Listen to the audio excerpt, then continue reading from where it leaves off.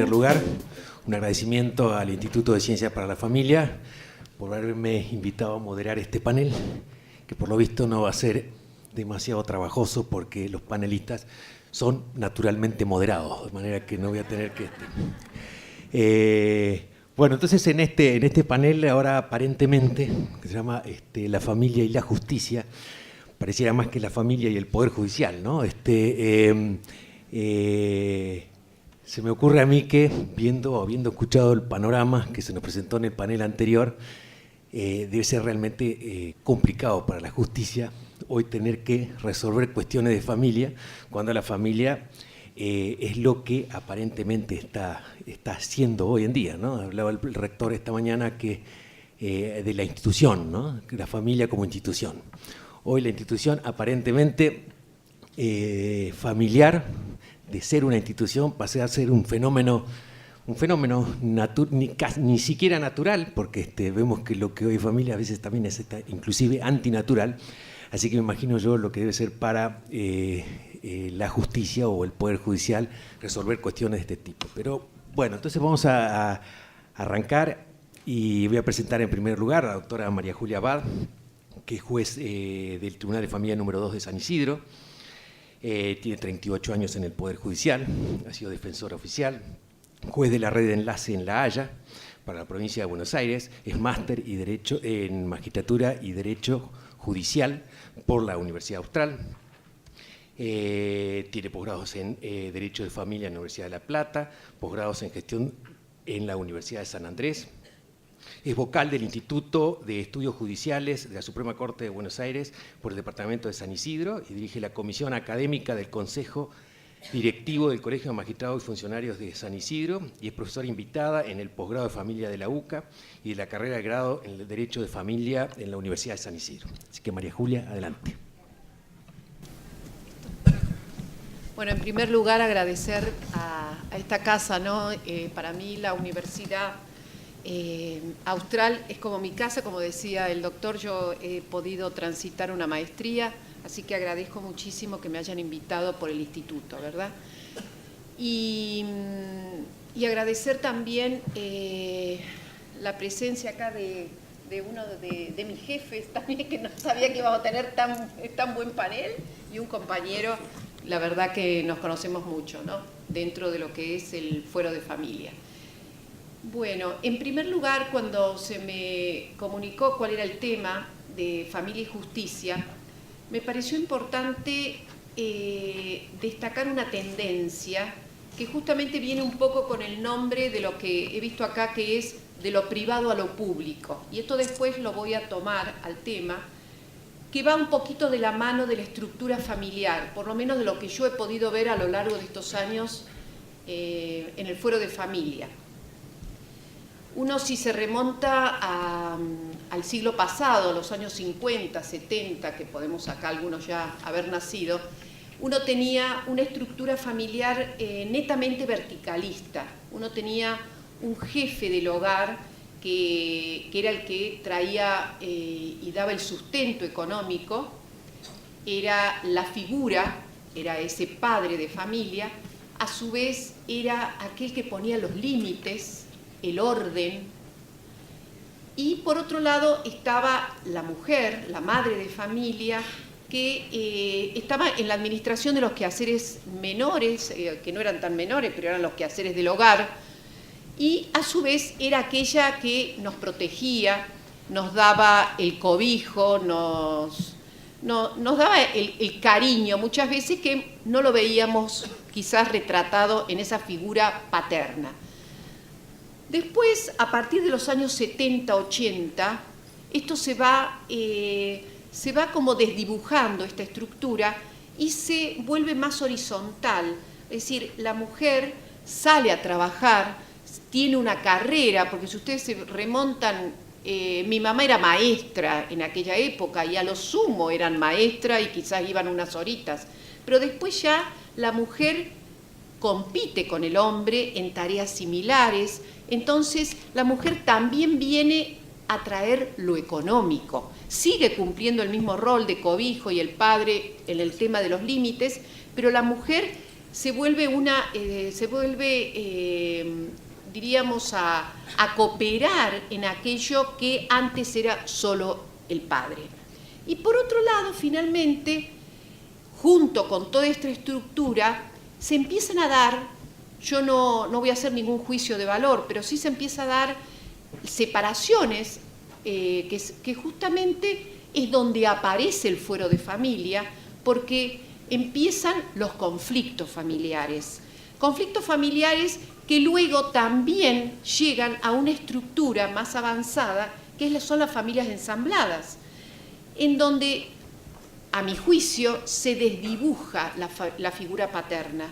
¿Por qué? Porque uno ve en nuestros juzgados que cuando se separan el padre y la madre, normalmente los hijos van con la madre, la llamada tenencia, que ahora en el nuevo código es el cuidado, la que va a estar el mayor tiempo con el cuidado de los niños, y el padre tiene un régimen de comunicación acotado. Entonces, en esa familia ensamblada, que esa madre tendrá o no una pareja, fíjense que se va desdibujando ese padre que a mí me parece que es muy importante, que era el que ponía los límites, ponía un poquito el orden, y ahora no tiene la oportunidad de, en forma conjunta con la mujer, de lograr darle esa misma educación o esos mismos límites, porque ahora el chico está unos días con él y otros días con la madre.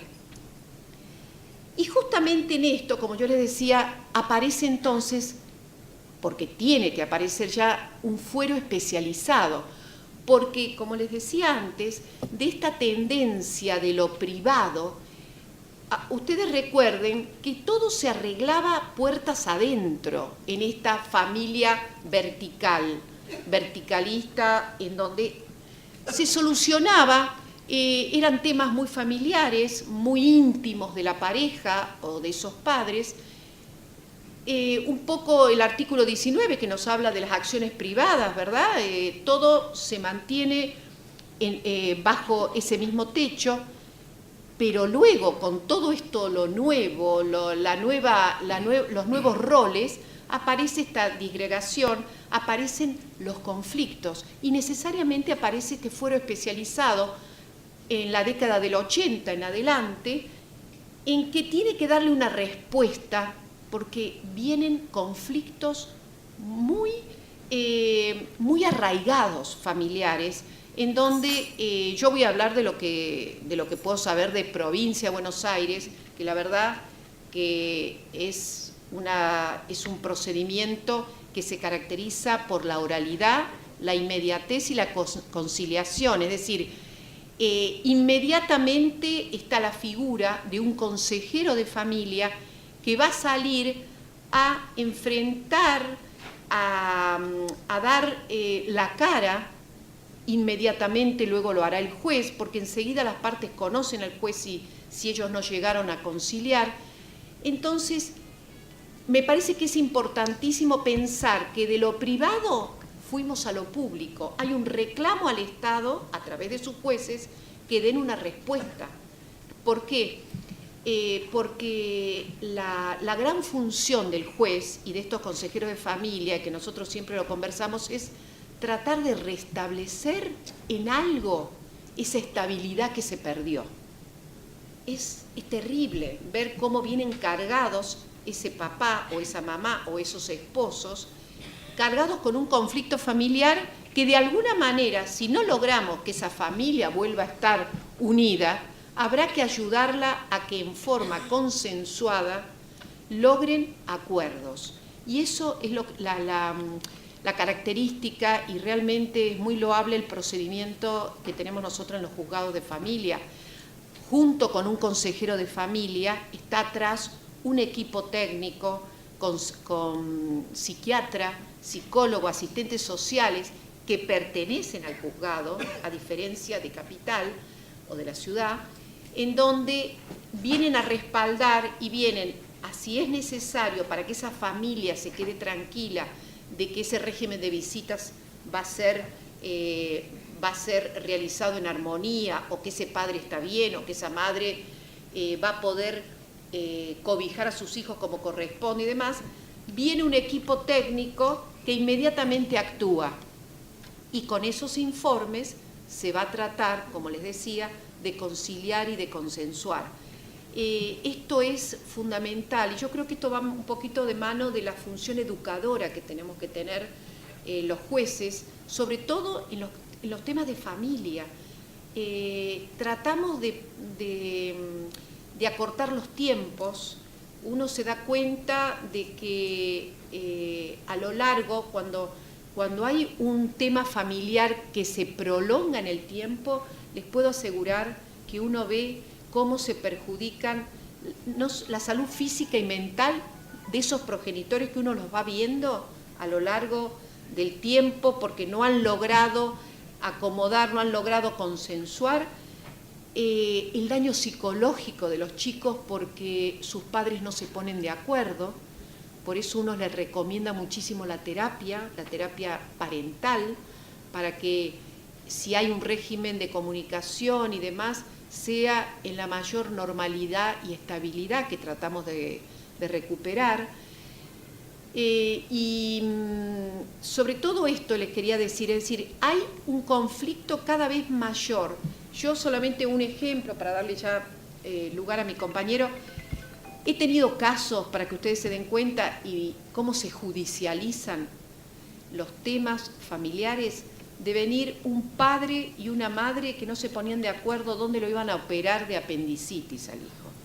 Uno quería un sanatorio y el otro quería el otro, y estaba a punto de que fuera una peritonitis. Era una cosa, es increíble, pero se llega a eso, Y entonces, qué importante que es toda esta función, como les decía, educadora y conciliatoria, porque a mí me demuestran los años que estoy en la justicia de familia que todo lo que se logró conciliar se cumple, en principio. Hay casos, por supuesto, hay muchas excepciones, pero si es el papá y la mamá o son los esposos los que coordinaron y resolvieron temas de familia, de salud, de alimentos, y lo han logrado porque ellos lo han acordado y se los hemos hecho ver que era lo mejor, y no una sentencia de un juez que le dice usted señor o usted señora tiene que hacer tal cosa. Es muy difícil que luego aparezcan con una ejecución de sentencia y demás. Tratamos de alguna manera de acompañarlos en este proceso. Y finalmente les quería contar que en zona norte, donde estoy yo, que es la jurisdicción de San Isidro, hay fiscalías temáticas. Es decir, tratamos de trabajar en forma coordinada con las fiscalías, o sea, con otros organismos y con servicios locales, que son convenios que se han firmado con los municipios para que trabajen también y sigan, si existe algún riesgo y demás, sigan con ese grupo familiar y nos informen. Es decir, se trata de trabajar de manera de que no victimizar y no que la gente vaya a la fiscalía, después vaya. Tenemos un protocolo armado con los fiscales para que ese tema familiar no sea tocado en muchas áreas, sino que de alguna manera, si se entró por violencia familiar, sea el mismo fiscal el que nos pida alguna medida si es necesario y no tengamos que necesariamente volver a citar a esa parte y victimizar a los cónyuges o a los padres de familia. Entonces, lo único que yo les quiero destacar es que hacemos lo posible de mantener, de restablecer esa estabilidad perdida. Y fundamentalmente los jueces de familia tenemos que ser muy proactivos, es decir, adelantarnos, acortar los tiempos, porque ganan en paz, en tranquilidad ese grupo familiar. Nada más.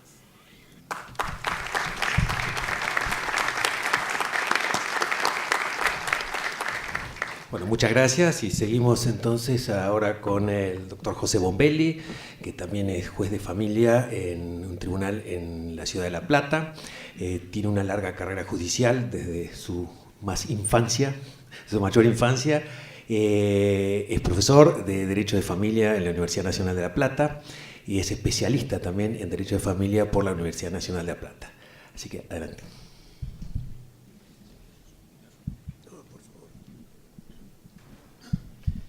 Bueno, muy agradecido por la invitación de poder compartir este espacio con todos ustedes.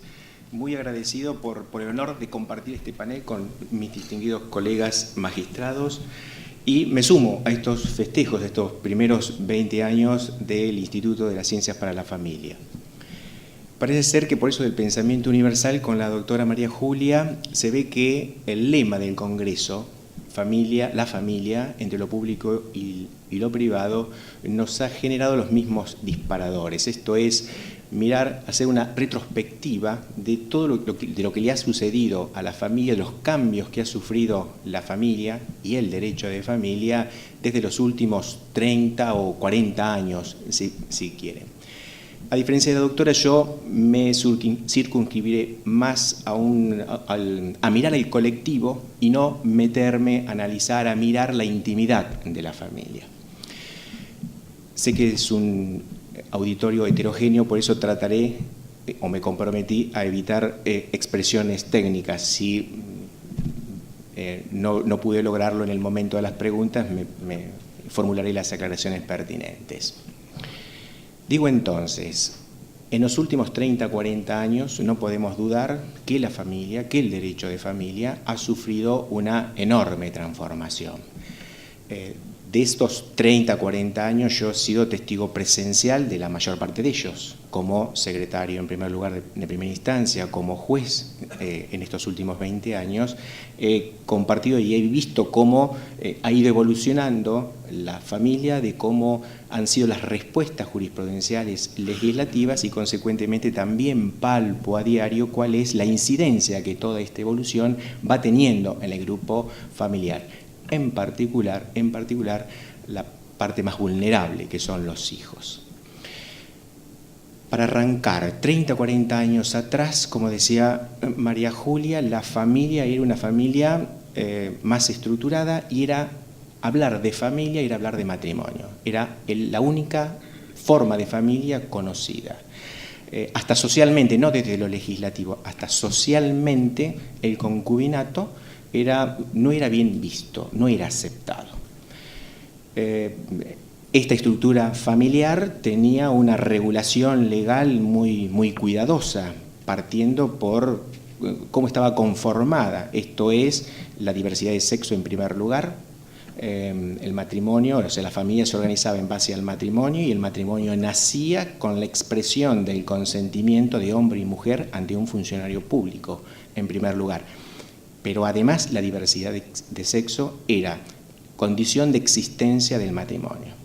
Junto con esto existían, y están todavía vigentes, una serie de derechos y obligaciones de los cónyuges: vivir bajo el mismo techo, alimentos recíprocos, deber de fidelidad. Y estos deberes, que estaban y que siguen estando perfectamente tipificados, generan, o mejor dicho, el incumplimiento de estos deberes generan consecuencias. Así, la violación del deber de fidelidad da contenido a la causal de divorcio o separación personal de adulterio. El incumplimiento del deber de asistencia espiritual o material da contenido a esa gran causal residual que son las injurias graves. El abandono de la convivencia, es decir, no compartir el mismo domicilio, a no ser que existan algunas justificaciones, da contenido al abandono abandono malicioso. Y el cónyuge inocente que obtiene una sentencia que lo declara así, inocente y culpable al otro, puede conservar algunos derechos: alimentario, vivir en el mismo hogar. Si es separación personal y no divorcio vincular que disuelve el vínculo, tiene la posibilidad de conservar la vocación hereditaria. Bien, así estaba constituido y esto empieza a sufrir, a partir de esos 30 años atrás, una evolución. Primer hito, podríamos mencionar, el año 85, la ley 25.515, la ley que modificó una parte muy importante en el matrimonio, incorporando el divorcio vincular, que no estaba previsto. Hasta ese momento el matrimonio era indisoluble. A partir de este momento, entonces, se incorpora el divorcio vincular y con ello la posibilidad de volverse a casar. Más adelante, 2002, la Ley de Uniones Civiles, que trajo como novedad no solo hacerlo extensivo a personas de distintos sexos, sino que también era posible uniones convivenciales, como se llama ahora, uniones convivenciales o uniones civiles entre personas del mismo sexo. Y en la Ciudad Autónoma de Buenos Aires se concede a estas uniones los mismos derechos que la ciudad tiene previsto para los cónyuges. Más adelante en el tiempo, año 2010, Ley 26616, Ley de Matrimonio Igualitario. El requisito de la heterosexualidad como condición de existencia del matrimonio se suprime y se hace extensivo entonces la institución matrimonial a personas del mismo sexo. Finalmente terminamos este paneo rapidísimo que hacemos en la historia, mirando desde el lado legislativo, con el nuevo Código Civil que entrará en vigencia el 1 de enero del 2016. Omití señalar que uno de los primeros hitos en donde la familia organizada en base al matrimonio empezó a compartir su espacio con otras realidades familiares fue el concubinato, que de la mano de la jurisprudencia, que suele ser la antesala de muchas modificaciones legislativas, comenzó a reconocer a las parejas de hecho la legitimación para reclamar daños y perjuicios, el derecho a pensión, etc. De alguna manera, ustedes pueden empezar a percibir que en esta estructura, muy rígida al principio y solitaria, la única manera de imaginar la familia era el matrimonio, como se los describí, hasta una situación actual donde está legislado también el matrimonio, pero con vínculos más lábiles desde el momento en que el incumplimiento de los deberes que siguen vigentes no generan consecuencias jurídicas. Es más, en el nuevo código no existe la posibilidad de solicitar un divorcio causal y además cualquiera de los cónyuges lo pueden pedir de manera conjunta o de manera individual cada uno. La única condición para que el juez no pueda dictar, que esté inhibido de dictar una sentencia de divorcio, es que no se acompañe junto con la solicitud del divorcio un convenio regulador. Pero si hay litigio con el convenio regulador, el juez debe dictar la sentencia de divorcio. Después retomaré una pequeña idea. Con esto quiero señalar cómo de un vínculo más sólido, cuya descripción ya nos hizo María Julia, van apareciendo otras realidades que conviven junto con el matrimonio, pero son vínculos más lábiles. Yo suelo hacer un juego en el grado con los chicos y marcando estas diferencias y los distintos tipos de vínculo, les menciono las relaciones de hombre y mujer en este contexto histórico originario, donde únicamente la familia era el matrimonio. Las relaciones hombre y mujer eran de amistad. En algún momento la amistad entre hombre y mujer se transformaba en noviazgo y si ese noviazgo se consolidaba, se accedía al matrimonio. La vida íntima era propia del matrimonio. Podría haber algún descuido en el noviazgo, pero entre los amigos era más difícil. Actualmente, y esto es un inventario que lo vamos chequeando año a año porque se van modificando las situaciones y los contenidos también van siendo distintos. Me gusta confrontarlo con los chicos porque ellos viven esta realidad. La relación de hombre y mujer son de amistad, de amigovio, de amigo con derecho a roce, de noviazgo con convivencia, una relación part-time, de convivencia y de matrimonio. Insisto, a la hora de definir estos contenidos, año a año van cambiando. ¿Cuál es el problema de esta realidad un poco más lábil? Porque en definitiva, si esto quedara en el fuero íntimo de las personas, de ellos dos, que hoy arman y mañana se desarman, realmente no habría inconveniente. Queda todo dentro de este ámbito del artículo 19 de la Constitución Nacional, ¿verdad? El tema está que desde el momento en que la vida íntima en este tipo de relaciones es indiscriminado y aparece y se hace presente en cualquiera de estas relaciones, naturalmente de allí nace el hijo. Entonces, esta situación, según en qué tipo de relación haya nacido un niño, tenemos la fuente del litigio muy complejo o poco complejo. Porque si nace dentro de un matrimonio, los conflictos suelen ser menores. En cambio, si nace dentro de uno de los primeros estadios, la situación es más compleja.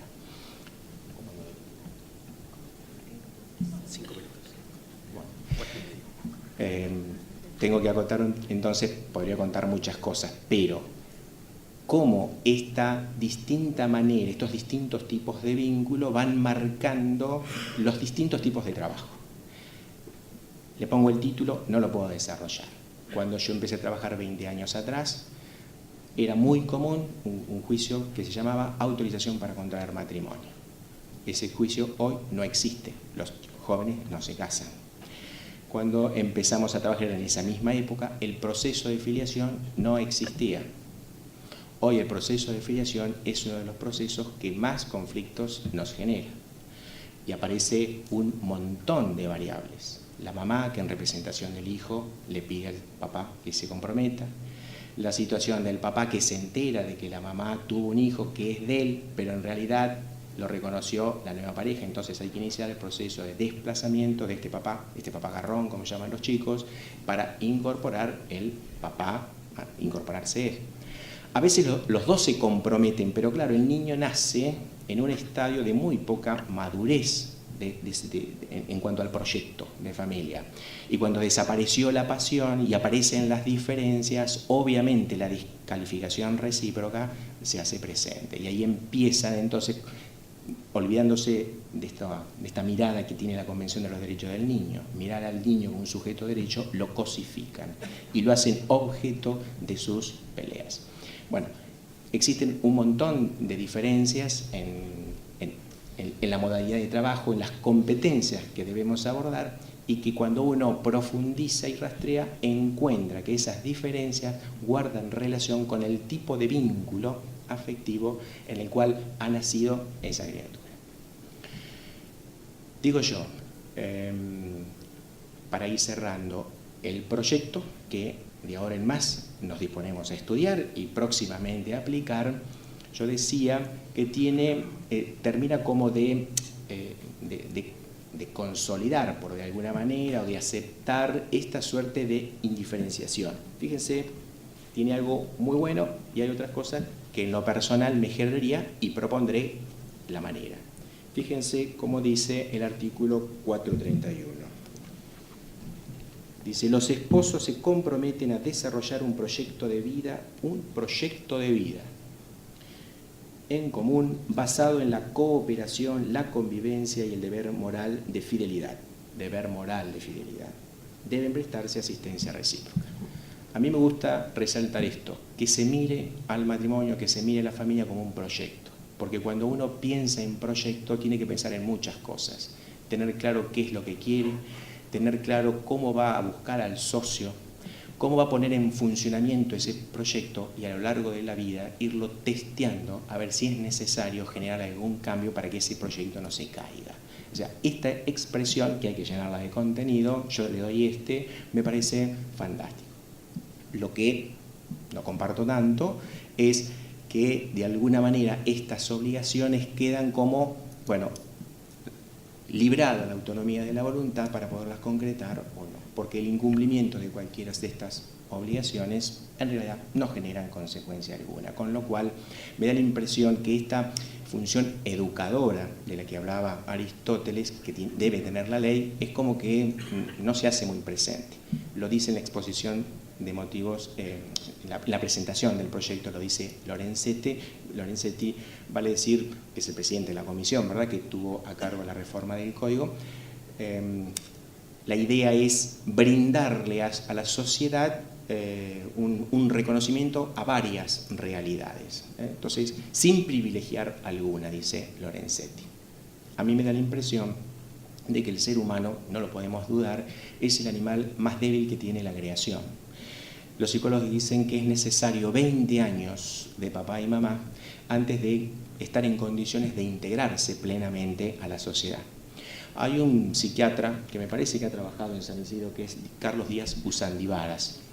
Él tiene un paralelismo muy interesante y dice: el ser humano nace inmaduro, es necesario un segundo periodo de gestación hasta que el hombre puede integrarse plenamente a la sociedad. Y dice: ese segundo útero materno, segundo útero donde se termina de desarrollar el ser humano, es la familia. Y de la misma manera, como el útero materno necesita de determinadas condiciones de anidación para que ese bebé, ese feto, pueda crecer y desarrollarse, la familia debe ofrecer también determinadas condiciones de anidación, que tiene que ver con la existencia de un proyecto de vida en común, donde los cónyuges se comprometen y tienen previsto un pacto de permanencia, y donde ese hijo forma parte de ese proyecto. Bueno, todo el análisis de él es mucho más complejo, me detengo acá. Digo entonces, es necesario, porque no lo digo desde una postura ideológica, filosófica, que por supuesto la tengo. En este momento yo le transmito y les hablo de esta necesidad de que la familia sea vista como un pacto de permanencia, escuchando y trayéndole a ustedes el resumen de todos los reclamos de los chicos. Los chicos viven pidiéndome: por favor, ¿podés hacer que papá y mamá se reconcilien y vivan juntos? ¿Podés hacer que papá no le grite a mamá, que no le pegue a mamá? Yo necesitaría que le dijeras a papá tal o cual cosa. Yo no quiero ver a papá porque me angustia lo que me dice. Bien, todo este inventario está poniendo en evidencia de que el ser humano necesita un pacto de permanencia, una familia entendida como un pacto de permanencia. ¿Qué podemos hacer? Escuchaba recién los últimos argumentos que daba el doctor Dalasta. Lo que no podemos hacer, me parece, es pretender reeditar tal cual estaba pensado la familia tradicional, porque eso es como pretender volver a ir a la playa, las mujeres con los vestidos largos y los hombres con esas mallas semienterizas de los años 30-40. Creo que no es así, no es correcto. Tenemos que darle vida otra vez al vínculo matrimonial, recrearlo de otra manera. Tal vez, no tengo tiempo, pero se los iba a leer esta canción de Mercedes Sosa, ¿no? Que habla un poco de los vínculos matrimoniales, estas situaciones razonadas donde el beso deja de ser el beso robado deja de ser una parte de la realidad y donde todo tiene que estar razonado, ¿no? Digo entonces, tal vez lo que se critica a este modelo es que fue un modelo que quedó un poco vaciado de contenido.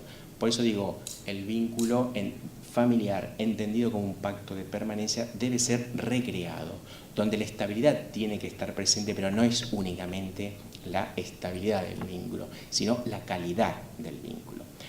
¿Y cómo hacerlo? Me sumo a esto que decía Adrián Dalasta, la importancia del testimonio. Si nos parece que realmente la familia tiene que ser entendida como un pacto de permanencia, pero con un vínculo recreado, hay que vivirlo en primer lugar. Y después hay que trabajar en muchísimas instituciones. Ya lo han dicho en el panel anterior, evidentemente el tema de la escuela. Los maestros y la escuela es una caja de resonancia muy importante de los conflictos que tiene la familia. Entonces, realmente el maestro que está capacitado para enseñar también tiene que empezar a cumplir este otro rol de mamá. Tengo dos hijos psicólogos, uno que trabaja en investigación y otro en las escuelas con chicos diferenciados. Y ella a diario cuenta estas situaciones de los padres ausentes y cómo este rol de mamá lo tienen que cumplir los maestros. Qué bueno que instituciones, que ONG puedan acompañar este proceso de formación, de completar la formación del maestro, que a veces tiene que estar como extendiendo su formación a cumplir este rol de papá. Seguramente nosotros los jueces también tenemos mucho que trabajar en esto de la formación. Yo vivo haciéndoles este juego a las partes. Ustedes me vienen a pedir que yo trabaje de papá de sus hijos.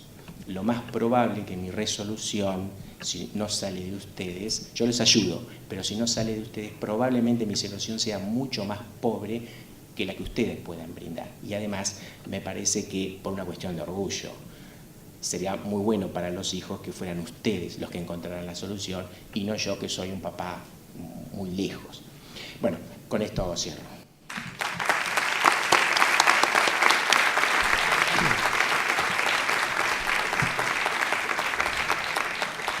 Bueno, muchas gracias, doctor Bombelli. Voy a presentar al doctor Eduardo Petigiani, que es juez de la Suprema Corte de la Provincia de Buenos Aires, ha sido presidente de ese tribunal en 2 oportunidades, es profesor emérito de la Universidad Atlántida de Mar del Plata y de la Universidad FASTA, es profesor titular por concurso en la Universidad Nacional de La Plata en Derecho de Familia, es autor de varias publicaciones y trabajos de su especialidad, y sobre todo quiero destacar que el doctor Petigiani siempre ha estado muy unido a la Universidad Austral, sobre todo en aquellas ocasiones que ha tenido la oportunidad de resolver cuestiones importantes, no solamente de derecho de familia, sino otras cuestiones éticas importantes y valoradas en la universidad, y siempre ha estado con nosotros y siempre nos ha apoyado y hemos trabajado juntos mucho en eso. Así que muchas gracias por eso y le doy la palabra.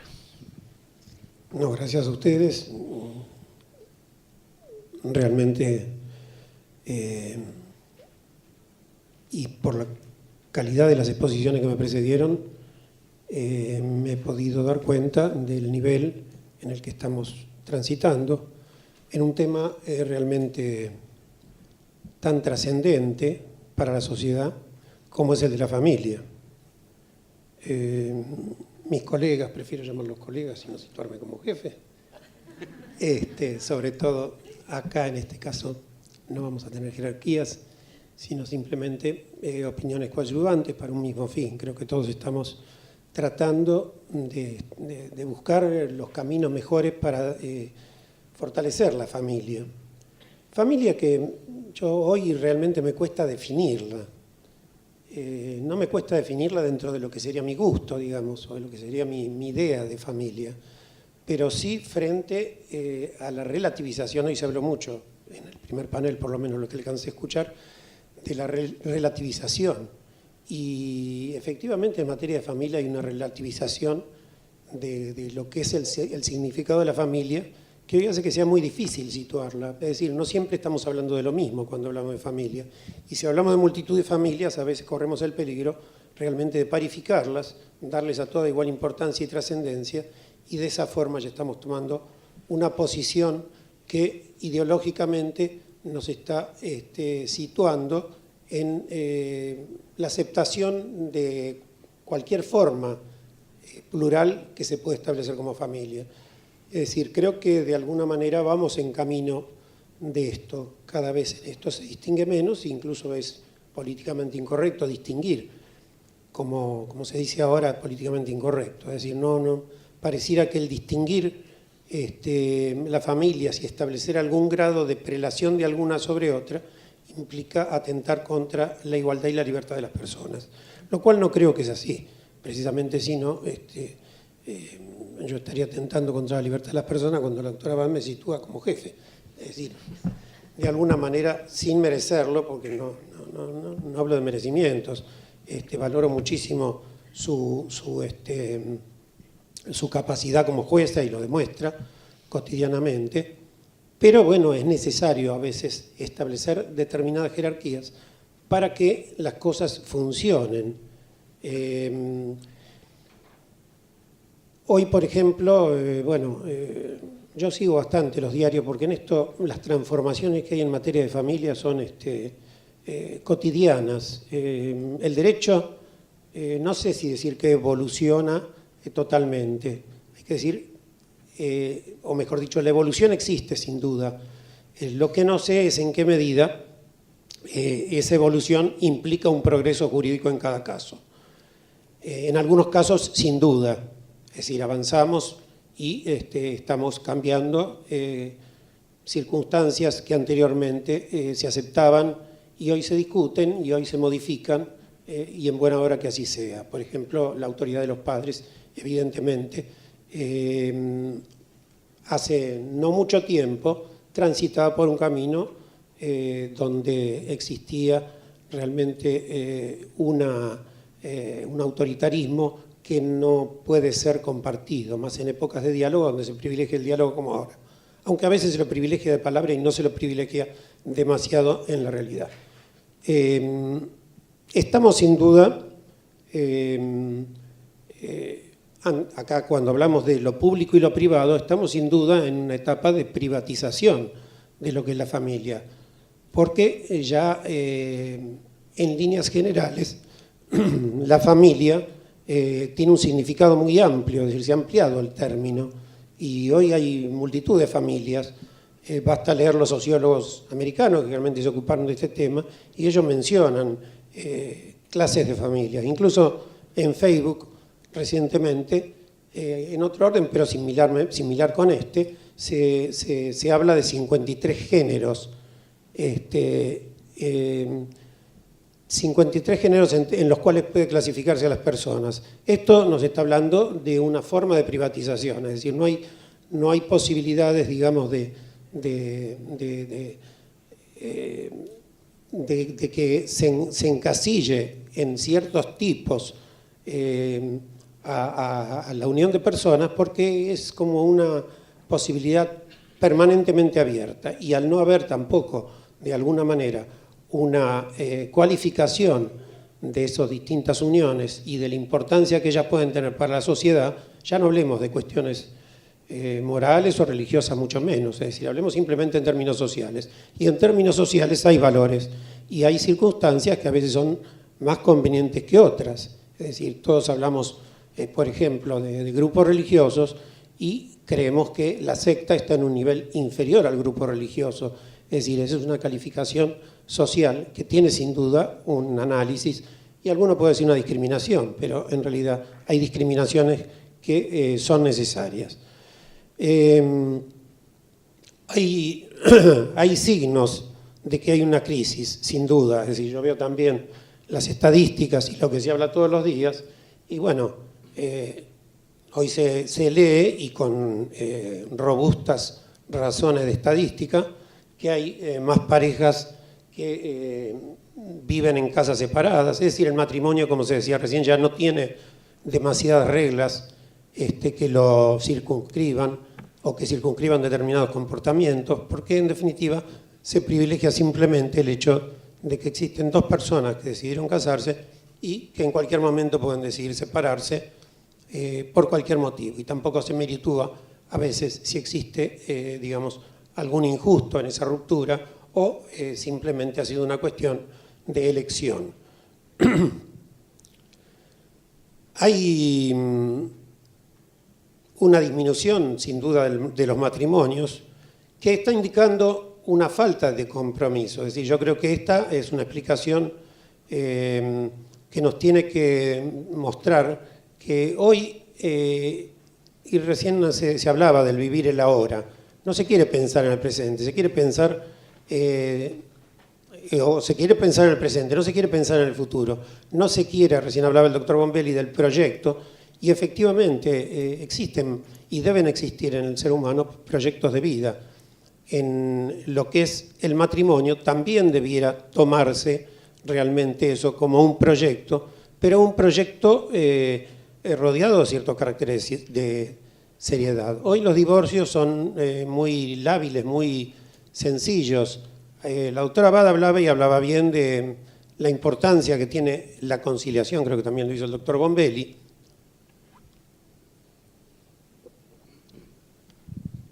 Los mecanismos de conciliación son esenciales, y yo creo que, recuerdo la historia del Tribunal de Familia o de los Tribunales de Familia, cuando se reclamaban hace ya muchos años, siempre se hacía hincapié en la importancia que tenía la conciliación para los tribunales de familia. El famoso artículo 67 bis, que Borda introdujo de alguna manera en nuestro Código Civil para evitar, la ley de matrimonio civil en ese entonces, para evitar que los divorcios fueran batallas campales, sin embargo privilegiaba en mucha medida el tema del intento de conciliación. Pero eso ha ido cediendo paso con el tiempo a un afán casi maratonístico de que los tiempos en los problemas conyugales deben acelerarse, de que cuando existe un problema, bueno, se busca la salida más fácil. Hoy también se hablaba de las salidas fáciles. Las salidas fáciles generan mayor adhesión, porque obviamente todo lo que es elaborado es más difícil. En cambio, a veces, bueno, se tropieza con un problema, entonces se busca el divorcio. Y ya cuando se busca el divorcio es como un deseo irrefrenable, no hay quien le ponga, ni desde la sociedad civil, me refiero a la sociedad civil fuera de la justicia, ni desde la justicia misma, se busca ya con demasiado ahínco esa posibilidad de reconciliación. Simplemente se trata de resolver el tema rápidamente, y así lo han propugnado muchos doctrinarios también. En este sentido yo veo que todas estas posturas también prenden muy fácilmente a veces, y bueno, a veces se asocia esto con cuestiones de felicidad. El mismo doctor Lorenzetti justifica, digamos, todo este cambio en materia matrimonial que se está haciendo en el hecho de que el hombre debe ser feliz. Ahora, no se define la felicidad tampoco, y no se define si esa felicidad a veces no tiene un costo en otras personas. Entonces, obviamente, y esa es la filosofía que nutre toda la reforma en materia de familia, hay un individualismo muy marcado. Es decir, vive la familia como quieras, no tenés deberes, los deberes son morales apenas, y hay algún deber material como el de los alimentos, que enhorabuena que se mantiene. Pero bueno, ya de alguna manera no hay otras ataduras que la voluntad de las partes. Vemos así también el divorcio cada vez más temprano, es decir, obviamente, el matrimonio ha bajado de rango, el matrimonio ya no es algo que tenga demasiada importancia. Y encima, si le quitamos los deberes, bueno, vemos por un lado que la unión convivencia, el concubinato, está generando muchos mayores adeptos. Esto también surge de las estadísticas. Ya el matrimonio no es tan atractivo, porque el matrimonio trae una serie de trabas para entrar y para salir no tantas ya ahora. Entonces, bueno, es más fácil frente a un problema buscar la primera solución, el divorcio. Además que está de moda, hablemoslo. Es decir, a veces esperemos no llegar a lo que pasaba en Roma, ¿no? Que decían las mujeres se contaban por los divorcios, contaban la edad más que la edad de los divorcios que tenían. Yo no quiero tampoco tener palabras catastróficas en esto, pero de hecho, hoy el divorcio es visto como, hay algunos que hasta propician festejar el divorcio como se festejaba antes del matrimonio. Es decir, esto está demostrando palmariamente que la sociedad está de alguna manera bajando la categoría del matrimonio. Lo que es insólito es que por otro lado el concubinato tenga casi mayores requisitos que el matrimonio. Es decir, hoy va a tener una regulación de tal manera que aquellos que contraen matrimonio tienen un régimen quizá más liberal que el que pueden tener los concubinos. Es decir, aquel que entra en el concubinato normalmente es porque no quiere contraer compromisos. Bueno, hoy se le van a imponer. Entonces, ¿por qué no se los impusimos o lo dejamos al matrimonio como algo, digamos, con más exigencia, por lo menos para hacer reflexionar a quien entra al matrimonio en lo que está haciendo? El matrimonio, sin duda, es un continente mucho más acertado, sobre todo para aquellos que son las principales víctimas del divorcio, que son los hijos. Esto ya se decía hace mucho tiempo, como que de alguna manera Bass hablaba del cáncer del divorcio, y fundamentalmente los centraban en este efecto. Es decir, los chicos son los que sufren. Por eso, cuando se habla de la felicidad, digo, ¿la felicidad de quién? La felicidad de los padres. Por supuesto que a todos nos gusta ser felices. A todos nos gusta ser felices. Cantar como Montaner, soy feliz. Pero la felicidad no tiene que edificarse a costa de la desgracia de otros, y eso nos obliga por lo menos a pensar seriamente los pasos. Yo tengo la certeza, y a pesar del esfuerzo de los jueces de familia para tratar de acercar posiciones, de que hoy se trata de evitar de todas maneras lo que sea una audiencia de conciliación. Cuanto menos se ve en la cara, mejor a aquellos que se pelearon. Y también tienen el problema de... acá me están sacando tarjeta.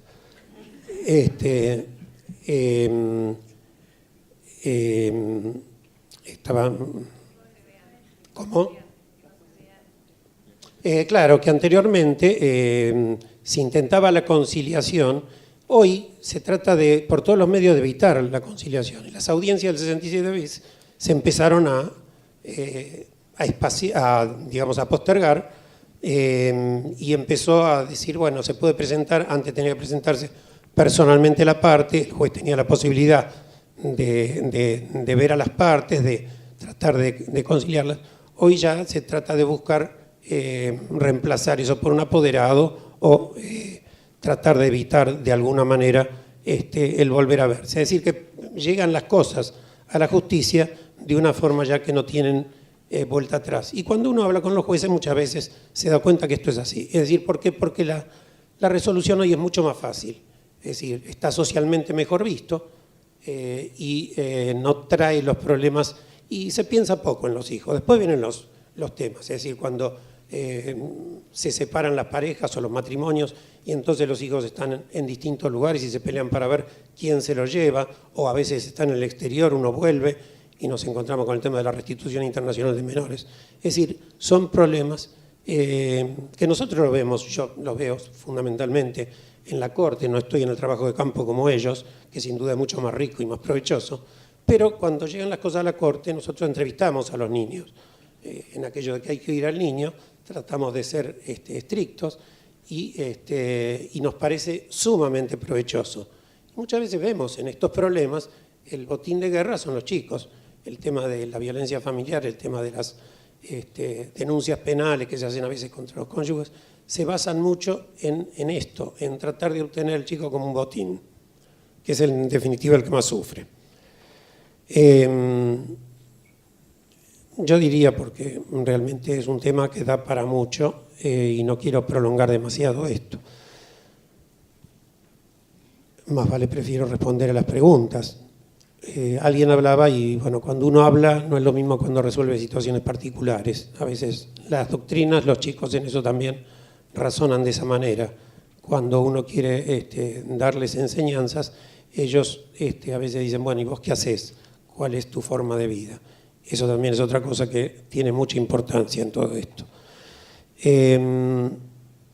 Yo estaba contraponiendo un poco frente a este espíritu de la reforma, que sin duda lo advierto como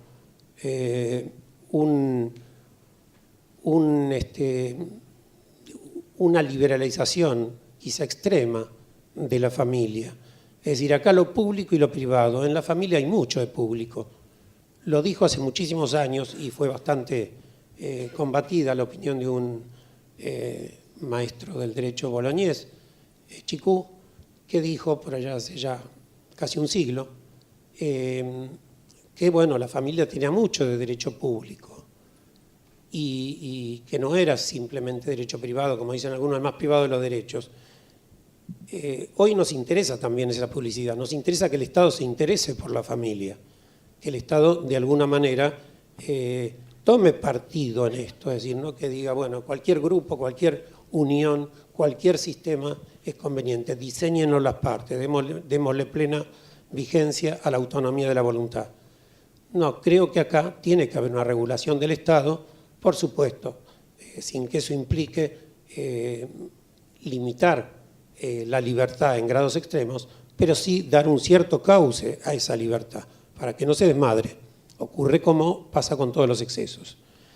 Y esa liberalización que se hace en la familia creo que puede traer mucho daño. Y ese daño no se va a medir en días, se va a medir en muchos años. Cuando Luis XIV decía, después de mí que venga el diluvio, también puede ser que digan, cuando se reforma una legislación, después de esta legislación que venga el diluvio. El diluvio va a venir por ahí a los 20 años.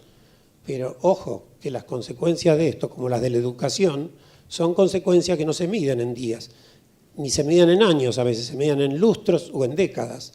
Entonces ya después va a ser muy difícil retomar el rumbo de todo esto que está pasando. Hoy lo vemos y nos quejamos a veces de la baja calidad, por ejemplo, en los resultados de la educación. Pero hablamos no de la educación moral, sino que hablamos de la educación formal o la educación en cuanto a conocimientos técnicos. Y bueno, esto es muy difícil de revertir, pero más difícil de revertir es esta otra educación, la educación moral. La violencia que hoy se despliega, todos estos temas, todas estas lacras, la droga, el Paco, todas esas cosas que realmente se están produciendo, nos muestran que existe un desmadre en cuanto a los chicos, como alguna película hablaba de los hijos del viento, ¿no? Y hay una cosa que, bueno, nosotros, o por lo menos los que compartimos esta fe, a veces somos criticados y se nos dice, bueno, ustedes porque tienen una postura dogmática que deriva de la fe que tienen. Lo que no dicen muchas veces es que eso que nos achacan y que de alguna manera uno trata de evitar mencionar a veces esas fuentes, no porque no sean importantes, sino para que no lo califiquen a uno. Los que califican y usan esas calificaciones tienen sin duda también filosofías muy profundas, arraigadas en pensamientos también muy propios, casi de religiones. Y entonces ellos tratan de sacarse la opinión de aquellos que de alguna manera defendemos una posición que el catolicismo siempre ha sustentado en esta materia y que encontramos acorde con el orden natural. Entonces tratamos de no... Pero, por ejemplo, bueno, yo veía hoy, estaba con todos mis papelitos, y en uno de ellos,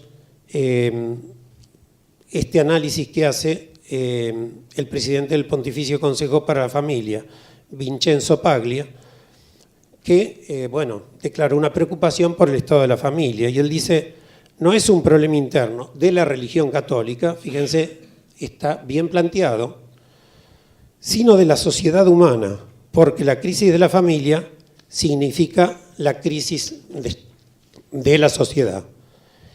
Y Paglia consideró que esta crisis es consecuencia del sacrificio del afecto, sustituido a su juicio por la búsqueda de la satisfacción personal, en la que el interés del individuo es más importante que el interés del colectivo.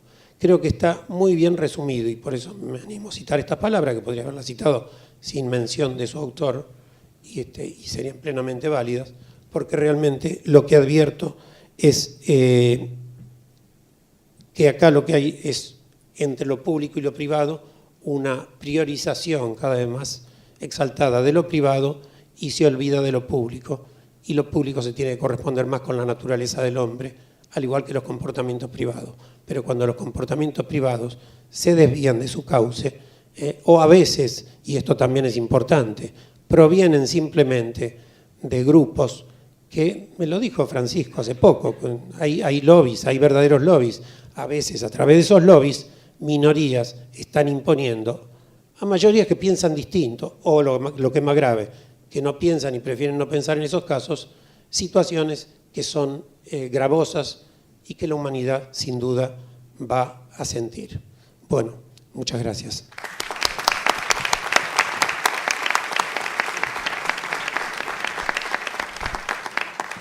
Bueno, muchas gracias, doctor Petigiani. Bueno, justo pasamos al ámbito de las preguntas. Antes de eso, un par de conclusiones simplemente. Hemos visto aquí como un avance en lo que es el proceso judicial de familia, esto que habló la doctora Abad sobre el acercamiento, el acompañamiento de las personas y de que las resoluciones definitivamente sean resueltas por ellos y no directamente por los jueces. De lo mismo habló el doctor Bombelli. Causó mucha gracia el caso de la apendicitis, el conflicto matrimonial. Me recuerda un caso donde también un personaje a quien su esposa le reprochaba su conducta y él, para justificarse, simplemente decía, no, pero yo estoy enamorado de mi mujer, con vos es todo amor, con el resto solamente sexo y diversión. Y bueno, también se habló aquí de la evolución, el concepto matrimonio, básicamente como concepto de familia, el origen de la familia, el matrimonio, y cómo ha evolucionado el matrimonio y de la privatización del matrimonio. Y esto tiene que ver un poco con el título de esta jornada de hoy, entre lo público y lo privado, este conflicto que se plantea, si realmente el matrimonio o la familia es una cuestión de derecho público o derecho privado, una cuestión pública o privada. Pareciera que hoy el matrimonio reúne tan pocas formalidades, es el contrato más fácil de resolver, el matrimonio expreso, el divorcio express, como se se puso de manifiesto en esta mesa. Hasta yo me preguntaría hoy si tiene sentido que siga existiendo un registro civil en donde van los contrayentes, o ni siquiera se habla de cónyuges, los contrayentes, y en un acto así con varias formalidades que no parece más que una pantomima, en donde se declara un matrimonio que después se resuelve con menos formalidades que un contrato de alquiler, ¿no?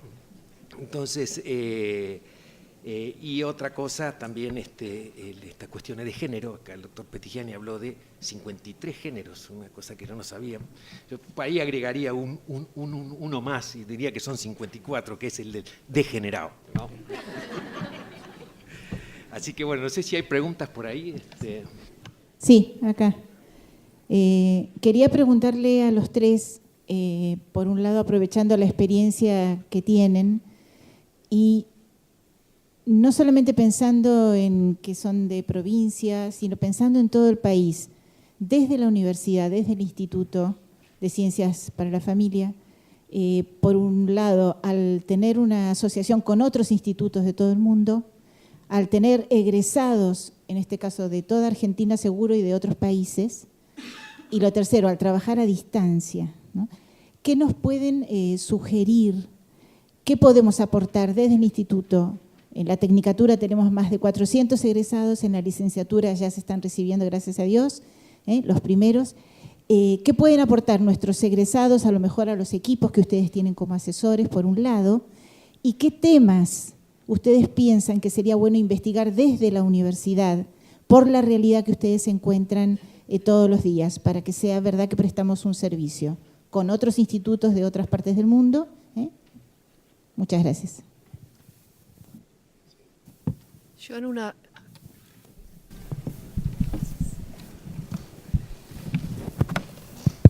A mí me parece que sería importante incluir en los equipos técnicos de los juzgados, claro, antes y ahora están los psiquiatras, psicólogos y asistentes sociales.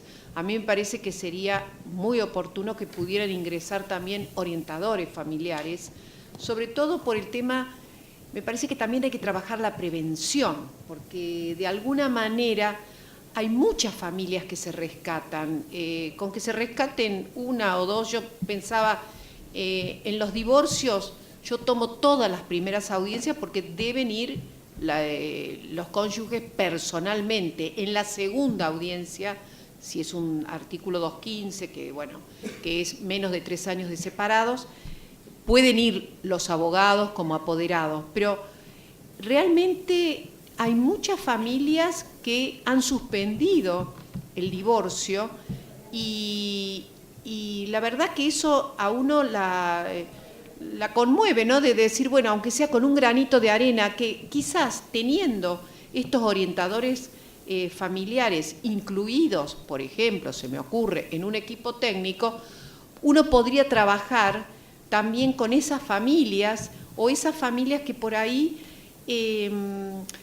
no está consolidado el conflicto, y porque uno lo ve también, ¿no? Porque hay casos muy extremos, pero hay casos en que se puede rescatar la familia, que se puede rescatar ese matrimonio y esos chicos pueden seguir viviendo con su papá y su mamá, que es la realidad de los chicos cuando vienen a vernos a nosotros, que fantasean con esa idea, ¿no? De que papá y mamá vuelvan a estar juntos. Entonces, por el lado de la prevención o de ayudar a esas familias que todavía no han formado otra pareja, porque también es cierto, a nosotros nos llegan, y como decía, a mí me ha pasado de estar esperando para la otra parte para festejar el divorcio. O sea, ya hay situaciones muy consolidadas de separación, pero hay muchas familias que, dándole una ayuda, orientándolas, por ahí se me ocurre que sería importante.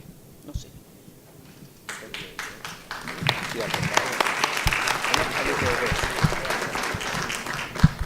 Yo sumaría otro aspecto que me parece importante y que es como un apoyo del Poder Judicial, que no solamente puede funcionar para apoyo del Poder Judicial, sino también, como dice María Julia, trabajar con la prevención. Y esto es instituciones que acompañan a las parejas en crisis en los procesos de revinculación. Generalmente nosotros trabajamos haciendo un diagnóstico, generalmente de ahí surge la necesidad de trabajar determinados aspectos individuales, pero a la hora de la revinculación, claro, al estar solos es como que surgen estas cuestiones que tienen que trabajar y son las que suelen complicar el régimen de comunicación. Consecuentemente, en La Plata hubo en una oportunidad una institución que precisamente ponía al servicio del Poder Judicial un equipo, psicólogos, asistentes sociales. Nosotros utilizábamos el espacio de los clubes sociales que tiene cada barrio, como ellos se trasladaban hasta ese lugar y hacían como una asistencia de los regímenes de visita.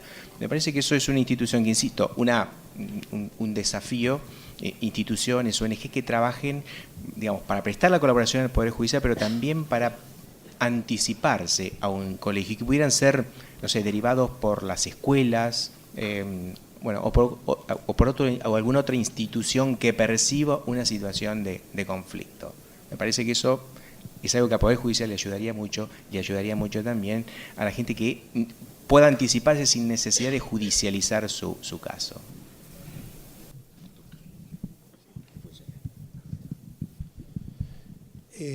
Bueno, me parecen muy positivas las ideas sugeridas. Yo tengo un pensamiento de que respecto del problema de lo que es la trascendencia de actos en la vida de las personas, como es el matrimonio fundamentalmente, es decir, o se puede decir el integrar una pareja, como se quiera, tiene que haber una docencia que, por supuesto, parte primero que nada del ejemplo, es decir, la ejemplaridad es la primera forma de enseñanza, pero también lo teórico, lo doctrinario a veces puede servir, es decir, no se enseña, no se ha hecho carne en nuestra docencia o en nuestras escuelas o en nuestros colegios el hecho de hacer ver la trascendencia y la importancia que tiene para una persona la vida en pareja.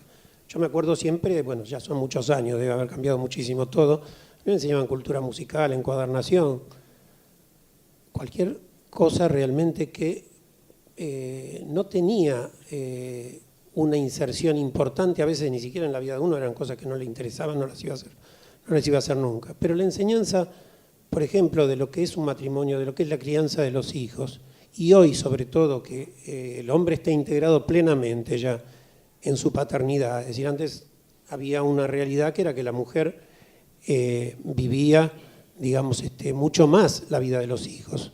Hoy el hombre, por necesidad, está mucho más dedicado a esto.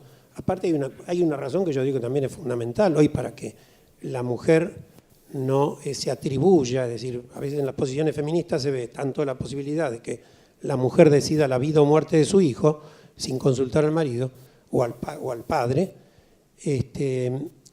pero hoy, y en muchos casos a veces estaba indeterminado el padre, hoy el ADN nos permite con toda certeza situar la paternidad en cabeza de un determinado hombre. Entonces, esa responsabilidad tan compartida, tan fuerte que existe hoy, yo creo que tendría que estar sedimentada en alguna enseñanza anterior. Creo que uno de los problemas que hay es que, bueno, algunos pueden decir la enseñanza que se puede dar es muy diversa. Por eso a veces en esto, y es el Estado, no solamente los institutos religiosos, los que tienen que tomar una posición, y decir, porque nadie puede negar la importancia y la bondad del matrimonio. Es decir, si a mí alguien me viene y me dice, no, porque, claro, hay algunos que sí, que la niegan. David Cooper hablaba de la muerte de la familia, y hay muchos que dicen que en definitiva el matrimonio es desaconsejable o que tendría que haber una forma de vida de matrimonio que sea a plazo, una relación a plazo.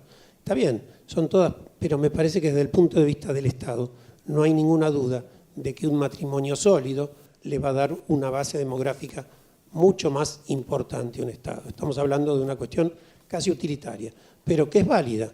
Es decir, es un argumento que no es moral, es simplemente real. Los chicos abandonados no sirven. ¿Por qué fracasaron en algún momento en la Rusia soviética cuando había una oposición plena a la formación de la familia en las enseñanzas de Marx y Engels? Sin embargo, los rusos a los 10 años, o antes de los 10 años de la Revolución Rusa, impusieron una legislación muy rígida, sobre todo para evitar que existiera ese abandono de los niños que estaban pululando por las ciudades y a veces constituidos en bandas y qué sé yo.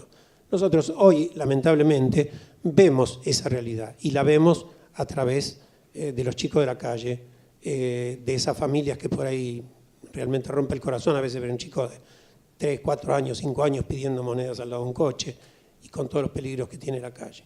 Es decir, el Estado tiene que velar por la robustez de la familia. Y una de las formas sería pedir por lo menos o hacer que cuando se llega al matrimonio se llegue responsablemente. Y bueno, creo que sería que coadyuvarían mucho a lo que después se trata de hacer, pero que se trata en definitiva un poco de remendar. Es muy difícil que alguien desista de la voluntad digamos, de separarse cuando todo se le ha dado, digamos, como para que venga esa separación y tiene pocas reservas desde el punto de vista argumental para oponerse a esa separación.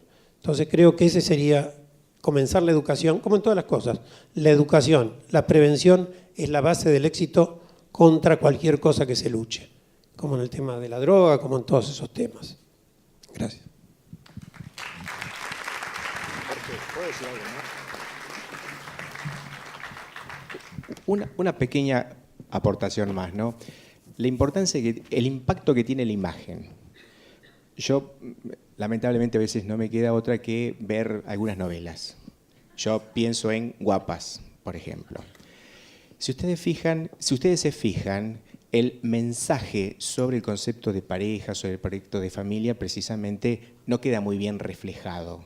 De alguna manera lo que está reflejando esta novela es cómo se traslada el amor de pareja a otro vínculo mucho más, un vínculo diferente, que es el de la solidaridad.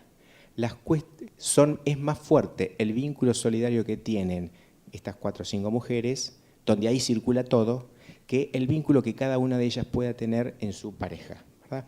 Y eso pega, y eso además de verlo en la televisión es lo que ven y registran y reproducen los hijos. El impacto de la imagen.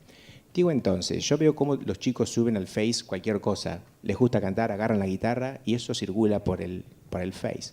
Digo entonces, si hay buenas ideas porque las produce el instituto, si hay gente que la misma universidad, y a lo mejor estoy tirando una bomba, ¿no? Pero yo conozco mucha gente que trabaja en la facultad de periodismo y las cosas que hacen los chicos.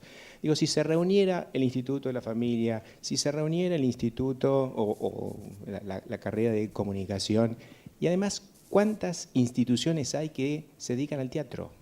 Entonces, que en pequeños flashes, ustedes recuerdan una publicidad era una marca de celular, que hablaba de esta falta de diálogo que supone el celular, ¿verdad? Y marcaba distintas situaciones donde iba una pareja cada cual con su celular, el padre y el hijo con su celular, hasta que un día, en un momento se produce un flash y es como que todos tiran el celular. Una propaganda que la hace precisamente una empresa de celulares, ¿no? Qué interesante. Eso pegó y circuló mucho y llama la atención de cómo a veces el uso del celular, bueno, tiene que ser un poco más medido. Digo entonces, el impacto que tiene la imagen, cómo utilizando lo que está y relacionándolo, porque a veces los recursos pensamos que hay que poner mucho dinero y a veces los recursos están en la comunidad. El tema es relacionarlos, ¿no? Digo, una idea.